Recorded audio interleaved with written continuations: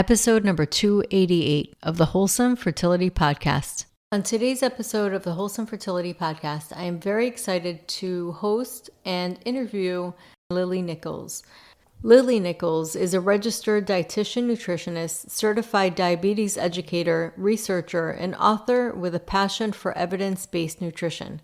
Her work is known for being research-focused, thorough, and sensible. She is the founder of the Institute for Prenatal Nutrition, co-founder of the Women's Health Nutrition Academy, and author of 3 books: Real Food for Fertility, co-authored with Lisa Hendrickson-Jack, Real Food for Pregnancy, and Real Food for Gestational Diabetes. Lily's best-selling books have helped tens of thousands of mamas and babies, are used in university-level maternal nutrition and midwifery courses, and have even helped influence prenatal nutrition policy internationally.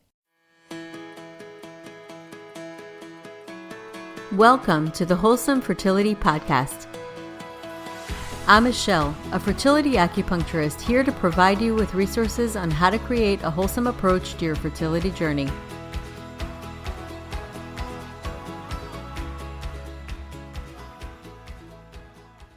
Welcome to the Wholesome Fertility Podcast, a space where you can find empowerment on your fertility journey. I'm your host, Michelle Orovitz, and I wanted to pop in before we get started to mention that if you haven't already heard, I've released my new book, The Way of Fertility, that has been created for those who have tried everything to conceive and are simply unsure of what else they can do. This book shares tried and true wisdom from ancient teachings along with modern research that supports much of what has been taught for centuries. It has been made with love, and the stories shared will serve to awaken hope within you. If you'd like to give it a test drive, I offer the first chapter for free, and you can find a link with more information in the episode notes. I would also like to extend an invitation to you as part of our beautiful community to share your thoughts and experiences by leaving a review of the podcast. Your words have incredible power to inspire others who are also seeking comfort on their fertility journey. And for anyone who has already left a review, thank you from the bottom of my heart.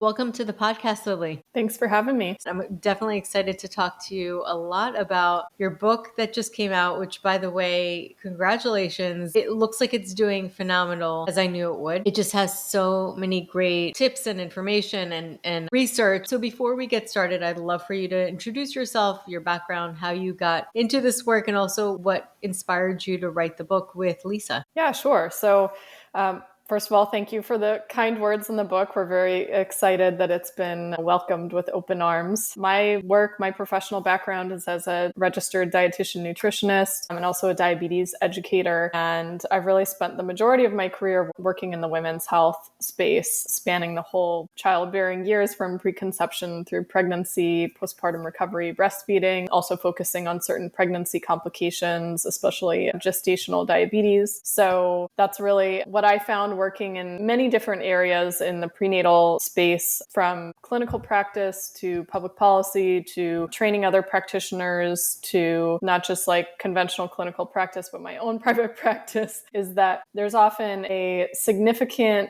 difference between what actually works well for helping to maintain optimal health and healthy pregnancies versus what the guidelines recommend that we do. And so a lot of the whole reason I even started writing books was that it became kind of frustrating to me hearing from clients or from other practitioners who were kind of dutifully following the guidelines and their clients were not getting good results. And I happen to love reading research and writing about it, and having kind of worked through some of these issues myself already in practice, I decided to take to writing about it to get it to a wider audience outside of just my own clinical practice. So yeah, we now have 3 books. I have Real Food for Gestational Diabetes, my first one, Real Food for Pregnancy, and now Real Food for Fertility. And the whole reason that I thought adding this 3rd book to the lineup would be helpful, and why Lisa and I decided to do it together, is that the whole issue of trying to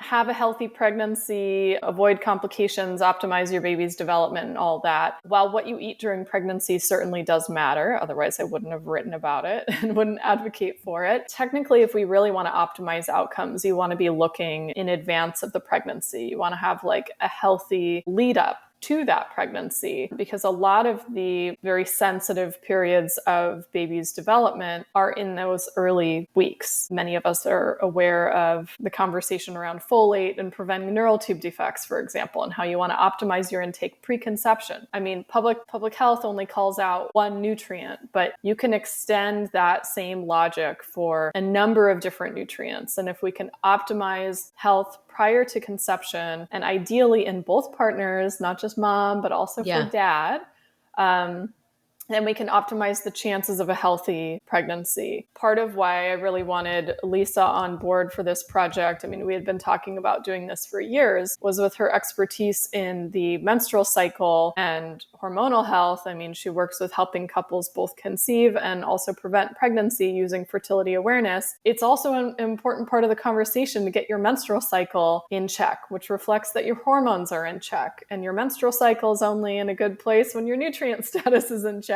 And if you want to achieve pregnancy, you could be doing everything perfectly right. But if you're not getting the timing right for sex, you're not going to conceive if you're not, doing this in your fertile window. If you're not in your fertile window, pregnancy isn't going to happen, right? So bringing in that conversation around hormones and the menstrual cycle, kind of using your cycle as a reflection of what might be going on health-wise, which can sort of steer you in the direction of areas that need some attention, and also building in the conversation around male health and sperm quality. That's really where Lisa shines. So I think we really, brought our heads together to bring you the best of both worlds so we can optimize fertility, optimize your chances of conception, and then also pave the way for a healthier pregnancy ahead. Yeah, I mean, it is very important to definitely start early, because obviously the quality that you'll get from the sperm and the egg is going to make a huge difference in the pregnancy. So it is something that, like, I remember this is way back when I was trying, and people were talking to me about folic acid. At the time, it was folic acid, not folate. That's kind of what they were talking about a lot. And people were saying, you have to do this way before you even start, because obviously it's such an important part, that early section. And you can't just have your body ready with all the nutrients when you give it to the body right at that point. You have to do it ahead of time, because obviously your body needs to process and it has to translate. And I remember you talking about sperm and egg, really like the food being similar for both.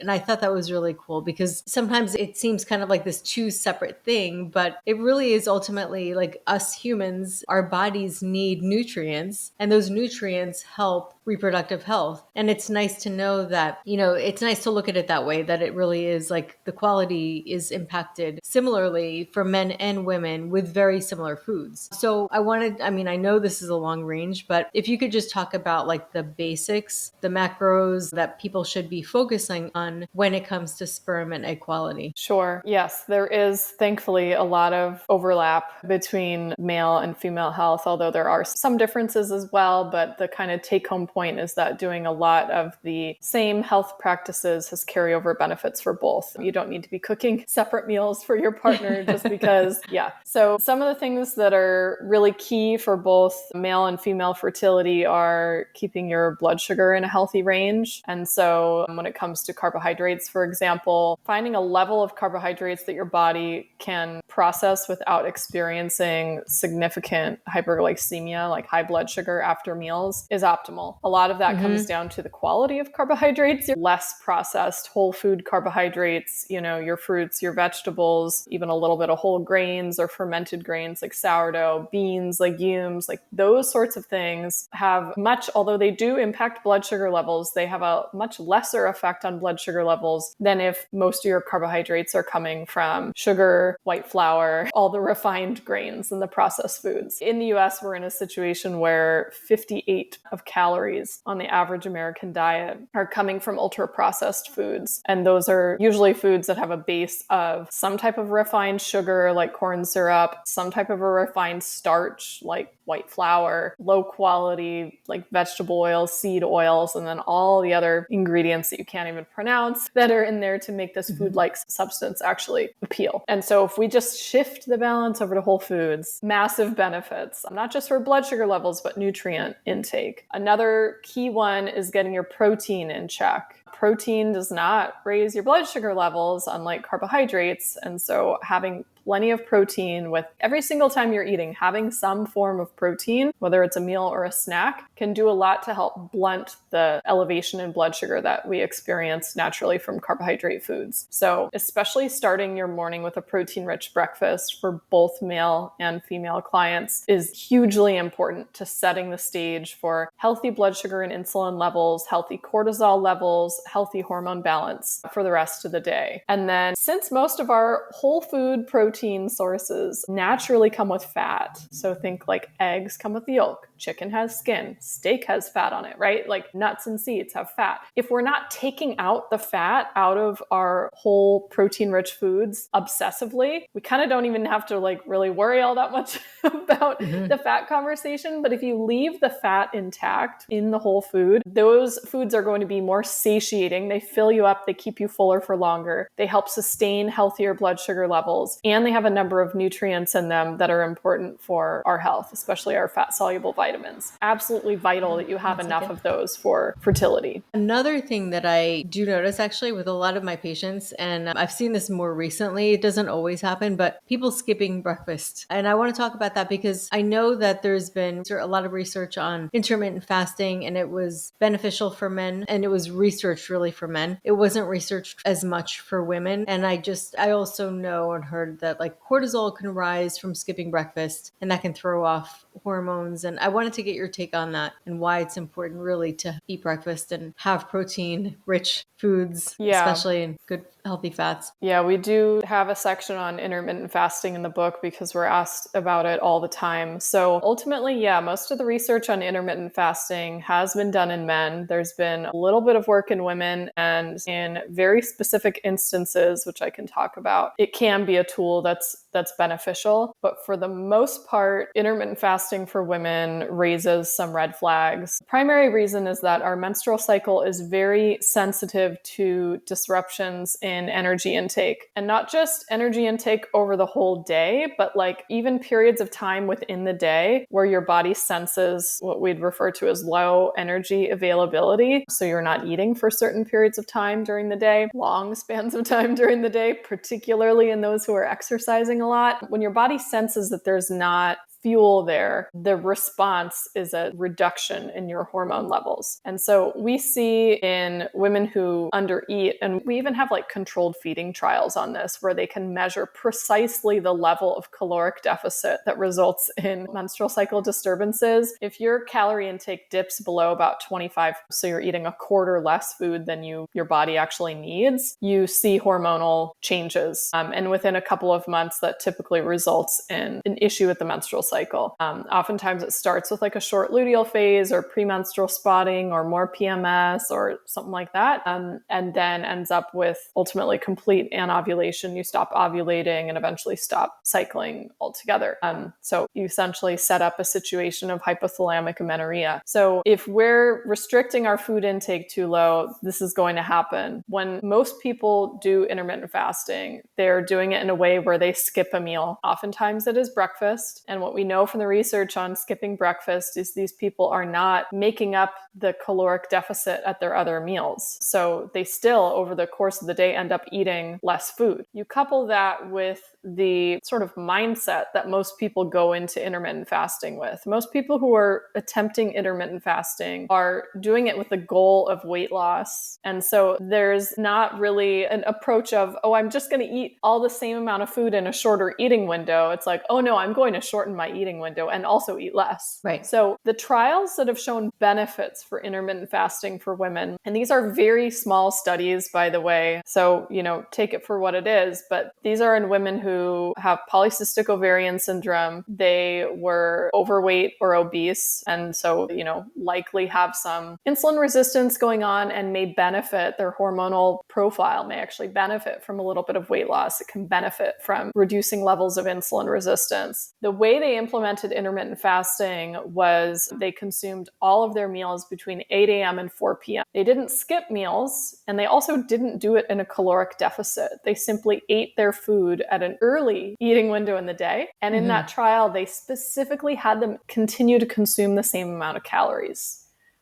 Now, this resulted in dramatic improvement in their PCOS. You saw improvement in their insulin, their blood sugar levels, their androgens, just the whole hormonal profile also resulted in weight loss. But these are in women who can benefit from a little bit of weight loss. They're specifically not under eating, and they're also not skipping breakfast. Right. Breakfast is a time when your body is actually expecting the most amount of food. Like, we have trials for women with PCOS that are not intermittent fasting trials where they test out a same diet, but a different breakdown of when you're having your calories. So they've done large breakfast, moderate lunch, small dinner, or the reverse, small breakfast, moderate lunch, large dinner. And when you front load your food with greater caloric intake at breakfast, tapering down over the day, even when the calories are matched, you see greater improvement in their metabolic health when you're front loading your food. And so this intermittent fasting trial kind of did the same thing.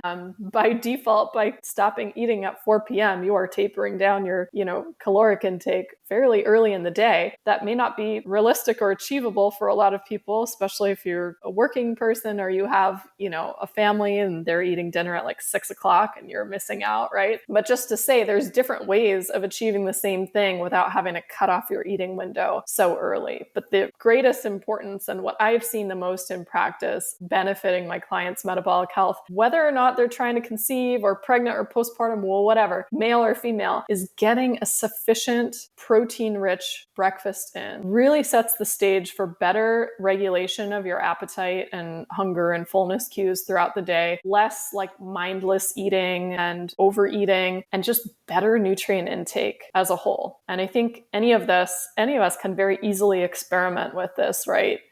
Notice how you feel on the days when you skip breakfast. Notice how you feel on the days when you have an imbalanced, super high carb breakfast like bagel or cereal or oatmeal. And then notice the difference on the days when you're starting your morning with eggs or maybe Greek yogurt or cottage cheese, or leftover dinner that has protein in it, some protein-rich breakfast. And notice how you feel through the morning, at your appetite at lunchtime, whether you get an afternoon slump. It's pretty easy within a couple days to feel the difference for this. So I always am trying to bring people back to their own body. How do you feel when you do this? Because my experience with clients really across the board is most feel better when they're getting that balanced breakfast in versus skipping it. It's true. I love that you kind of get people to tune in with themselves. How does this feel for you? Because ultimately, I think that that's the best experiment. You can feel it from the inside out. You can really experience the feeling that it gives you. And also Ayurvedic medicine, they always talk about Agni, which comes out, it increases, it's your own digestive fire, and your own digestive fire is very much responsive to nature. And when the sun comes out and during the day and at breakfast and at lunch, our Agni is the highest because of the way the sun is up. And during that time, to take advantage of eating, because that's when our bodies are going to be able to process and digest food the most. And we should actually taper it down towards the end of the day when the sun goes down. Our digestive system goes down, our metabolism slows down, and we're ready. Our bodies are preparing for bed. And so it's very intuitive, what you're saying. Perfect sense. Yeah. Yeah. Let's talk about maybe the phases, the follicular phase and the luteal phase. Anything that you can contribute. I'm sure there's just so much. So I'm going to be asking you questions where I'm sure that you can go really into detail and you're not going to be able to. But just to get more of a general perspective for people with short follicular phase, I know that a lot of attention's not really put on that. Most people are focusing on luteal phase defect. As far as food, is there anything that you think about when it comes to a short follicular phase? I mean, the follicular phase is naturally going to be shortening over time as women approach menopause. So even starting in the late 30s, women just start sort of prepping for ovulation earlier, even maybe when they're, towards the end of their last cycle. And so some of that may just be an age thing. I will say under eating as a whole does tend to shorten the cycle length. And that would probably also carry over into the follicular phase a little bit, although we usually are focusing on the luteal phase defect where it's getting shorter, you start having other symptoms of low progesterone levels and all of that. So I would say take a look at your overall caloric intake. Like, are you overdoing it with the exercise and then under fueling with food as a whole? We see lower hormone levels in women who are not only under eating, but specifically under eating fat. Mm-hmm. And so if that's going on, there's a possibility that your hormone levels across the board, not just progesterone, but also estrogen, could be lower. I mean, we have trials where they have specifically assigned women to a low-fat diet for the purpose of lowering estrogen levels, because we thought maybe that would be, preventative for estrogen-driven breast cancers later in life, right? And it works. You put people on a low diet, their estrogen levels plummet, as well as their progesterone. So I would take a look at your macro balance. Are you being too restrictive on fat? Like I said, since fat goes hand in hand with protein, like other than what you're adding separate to food, if you're under eating protein, you're probably also more likely to be under eating fat as well, because they often come packaged together. Addressing the low fat issue may also involve addressing a low protein intake as a whole. And for those who are really aware of calories from food, that fat is a more concentrated source of calories. So oftentimes for people who are calorie counting and dieting, that's the nutrient that they try to eliminate the most. So I would have some awareness on that. You may want to dial down the exercise a little bit as well. Typically, when we think of nutrient changes over the cycle, the luteal phase, it's a little bit mixed in the research, but generally we expect a slight increase in calorie requirements in the luteal phase. It seems to be that the desire for more food and specific cravings are more common in those who have hormonal issues like low progesterone levels. Maybe your body's trying to make up for it. Right. Eat a little more so we can keep that hormone production going. But if that egg was not in the best quality because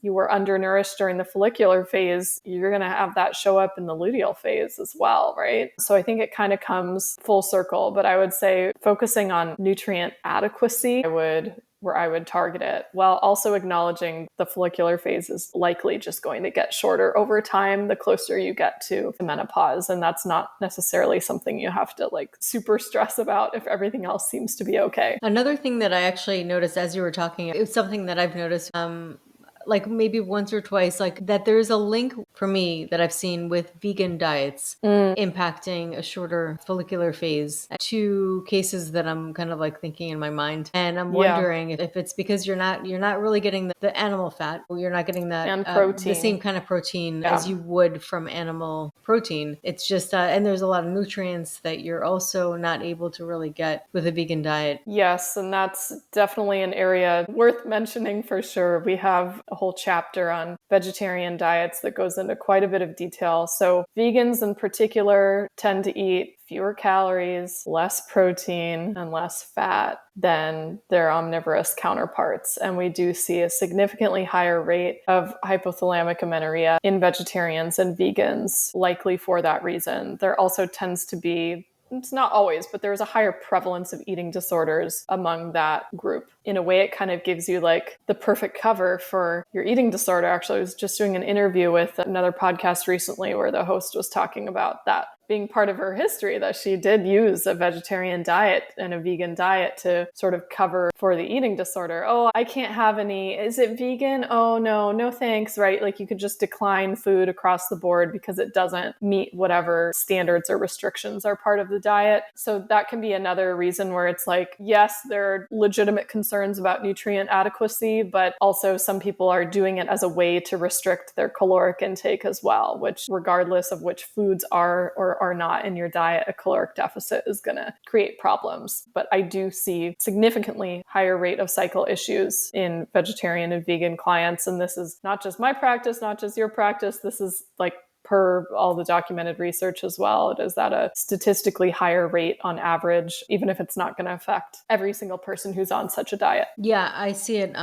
quite a bit. Some people really take it religiously. It's something that they really feel ethically very connected to. So depending on how people feel, and then some people just don't like the taste of meat, in which I'll offer beef liver pills and things like that to get around that. And we talked about organ meats actually last time, and I loved our conversation on that. I would love to get your take again on organ meats and why organ meats are superior, really. And they're so nutrient dense and supportive for overall health, fertility health. Would love to get your thoughts on that because I thought that was such an interesting topic we spoke about. Yeah. So, I mean, cross-culturally, there has often been an emphasis on including certain nutrient-rich foods in the diet prior to conception and during pregnancy, kind of prioritizing them for the childbearing future parents in the tribe, male or female. And that's kind of for good reason if you look at the micronutrient content of them. Each organ has different nutrients that are particularly high in this organ versus that organ. Liver tends to be the most nutrient dense. There's a few exceptions for some micronutrients that are higher in like heart or spleen,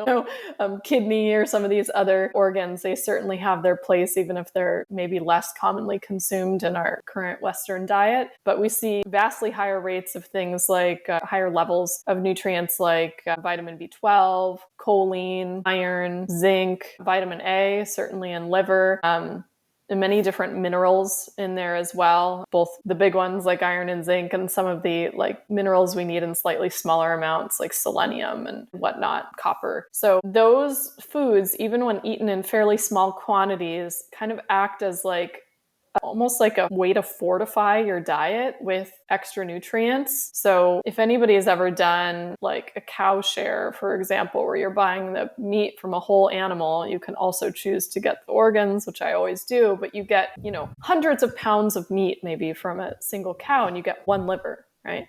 Which might be like, or the biggest liver I've ever gotten was like 8 pounds. Must have been a big cow. But like you're not getting like a huge amount relative to the rest of the meat that you're getting, but by including it in your diet, it doesn't have to be every day. We're talking maybe once a week or once every other week. Having a little bit of organ meats in there really does fortify your diet with a lot of these nutrients that are in lesser quantities in muscle meat. So B12, for example, it's like 2 times more concentrated in organ meats than it is in muscle meats. If you were to calculate out the vitamin A for liver versus muscle meats, it'd be crazy because liver is by far the richest source of vitamin A in our diets, like bar none. So these nutrients are really vitally important to the processes of ovulation, for the formation of sperm, for the liver and organ meats have cholesterol in them, and all of our steroid hormones are built on a backbone of cholesterol. So they're giving us kind of the raw materials necessary for our fertility. So huge fan of including some organ meats every once in a while in your diet. I have to give those qualifiers because sometimes when people hear me talking about organ meats, they think that I'm eating liver like 3 times a day or something. And I'm like, no, maybe like once a week, but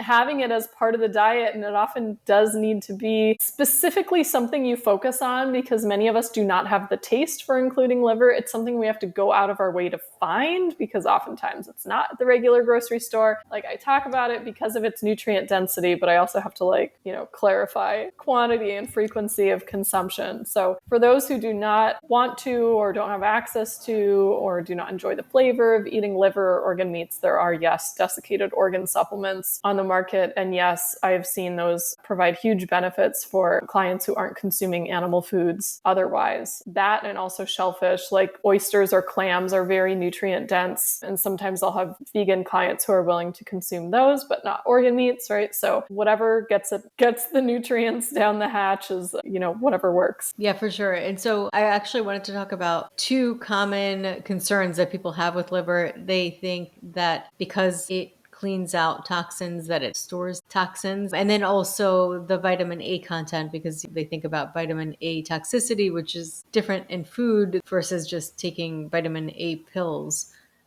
Yes. So I'd love your take on that. We'll cover the toxin conversation. People are often very concerned about the toxin levels in liver. If you look at the data we have on like analyzing the levels of toxins and heavy metals and other things in different parts of an animal, the liver is not particularly higher in those contaminants than other parts of the animal. So I always find it kind of weird that people want to zero in on, I'm not going to eat that because it might be higher in contaminants when it doesn't even hold true. But be the quantity of liver you're consuming relative to muscle meats. Yeah, but You'd probably also be getting more toxins overall from the muscle meats, but also you can find a reason to make any food like evil, right? it's So true. you can find a reason to avoid anything. We're not going to eat rice because the arsenic. We're not going to have, I don't know, we're not going to have shellfish because it might have cadmium or lead, even though you don't absorb most of what's in there. We're not going to have fish because of mercury. Likewise, you don't absorb most of what's in there. If you really want to take it to that level, you are going to find something wrong with every single food. It's true. With liver, though, it functions more as a somewhat of a filter because it filters your blood, of course. It's not holding on to all the toxins, but it also transforms the toxins. A lot of what the liver does is there's different stages of detoxification, and part of what it does is attach molecules and things to the toxins to make them easier for your body to excrete. And then they're excreted in the bile, or maybe they go through the bloodstream and are excreted through the kidneys, or maybe you sweat and you sweat it out through your skin, or maybe it grows out through your hair, but it's not holding on to the toxins. It's trying to make them less toxic so your body can excrete them through your pathways of detoxification. So I think it's silly to think of the liver as a storehouse of toxins. That actually isn't really true. It is a storehouse of nutrients, process of all the things the liver does. Detoxification is just one of many, many functions. Those are highly nutrient dependent activities. So it does hold on to nutrients because you need these nutrients as cofactors for all of these different liver enzymes that are actively doing so many jobs to keep you alive. So if anything, the liver is a storehouse of nutrients, not toxins, is a storehouse for vitamin A. It really is. It has more vitamin A than any other food, and it is also a storehouse for a number of other nutrients as well. Whether the vitamin A in liver is particularly toxic, I think we have to be speaking about the quantity. As I said,